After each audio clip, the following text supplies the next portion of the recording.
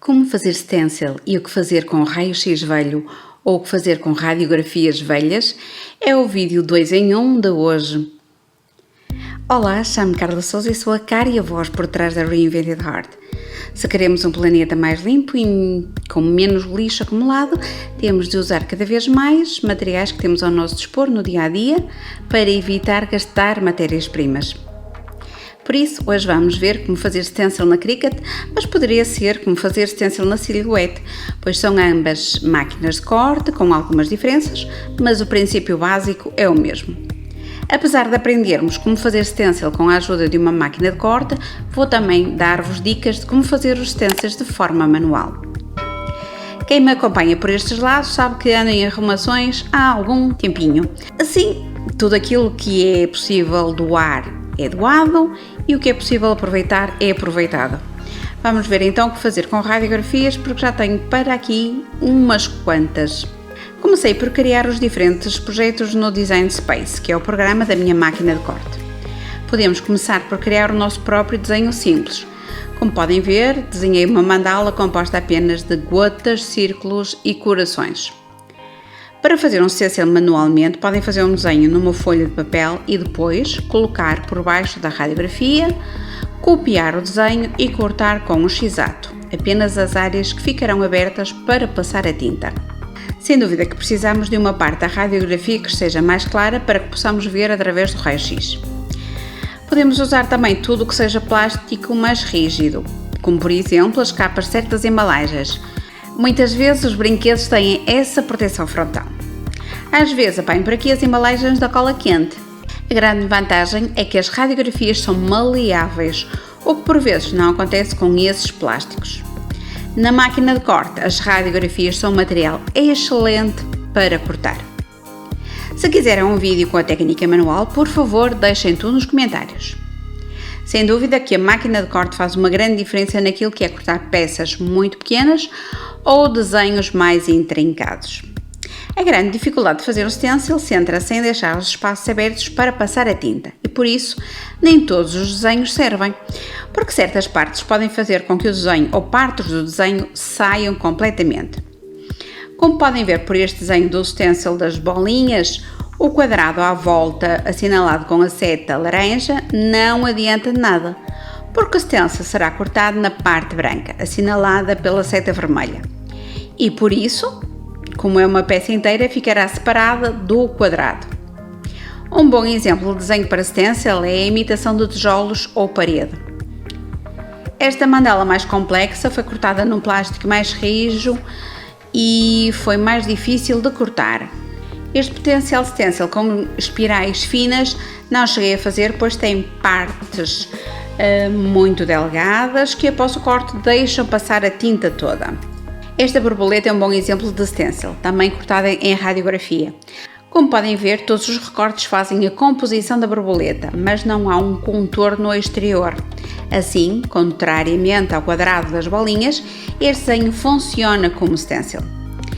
Espero que esteja a ser clara, pois até eu tenho algumas dificuldades nos desenhos, mas basicamente aquilo que queremos que saia impresso, entre aspas, após aplicarmos a tinta no papel ou parede, tem de ser as aberturas do nosso stencil. O que me ajuda imenso é o programa, pois consegui algumas imagens, transformei-as em SVG, que é a extensão de ficheiro que o programa entende, e depois fiz os cortes. É basicamente a mesma coisa para sabermos como fazer stencil de letras. Nem todos os tipos de letra funcionam, pois podem cortar a parte interior das letras e deixamos de ter uma letra perceptível. Vamos lá às aplicações dos stencils. Vão ver-me já de seguida a usar os stencils em projetos de artes decorativas, nomeadamente uns porta-trecos que irei trazer em breve.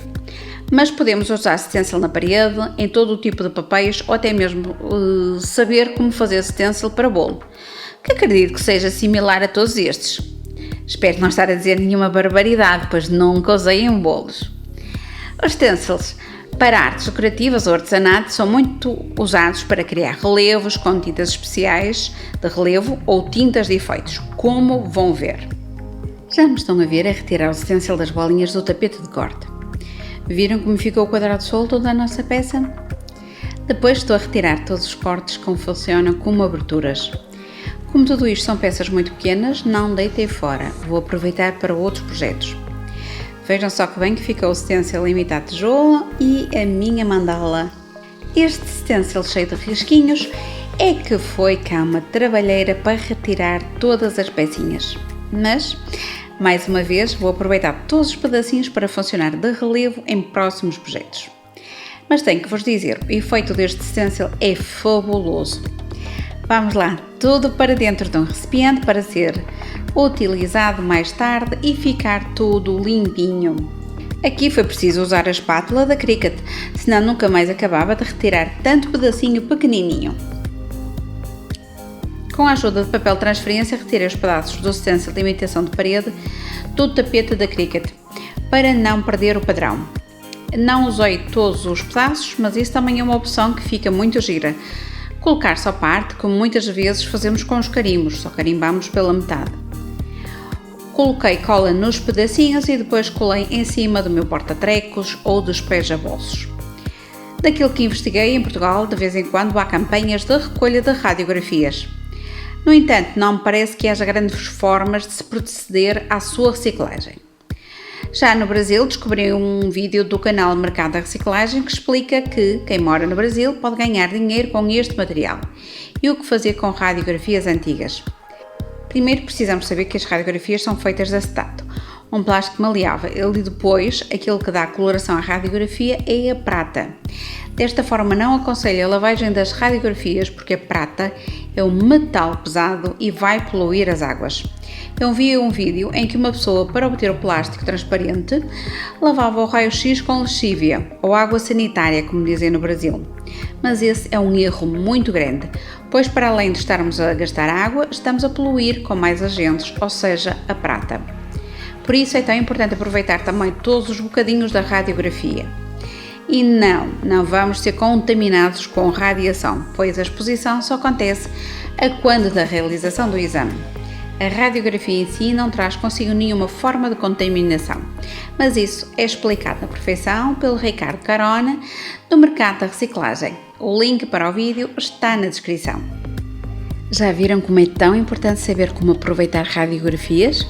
E assim, para além de pouparmos o ambiente e evitarmos mais poluição, vamos saber como fazer um stencil caseiro. E é claro, um stencil caseiro pode ser sempre personalizado ao nosso gosto. Peguei em tinta de efeito branca do Lidl e comecei a aplicar na peça através do nosso stencil. Esta pasta de efeito é mais grossa que a tinta normal, mas também poderíamos adicionar pó de talco à tinta acrílica, tal como eu expliquei já num vídeo anterior, para obter uma melhor cobertura. Outra opção de pasta de efeito será fazer chalk paint caseira, ou seja, a tinta de giz. As ligações para os vídeos e as respectivas listas de reprodução estão também na descrição. Quando vos trouxer os vídeos dos porta-trecos verão melhor esta aplicação, mas usei apenas nos cantos. No entanto, tenho um pequeno livro de recordação de boda de 50 anos de casados, onde já utilizei este stencil.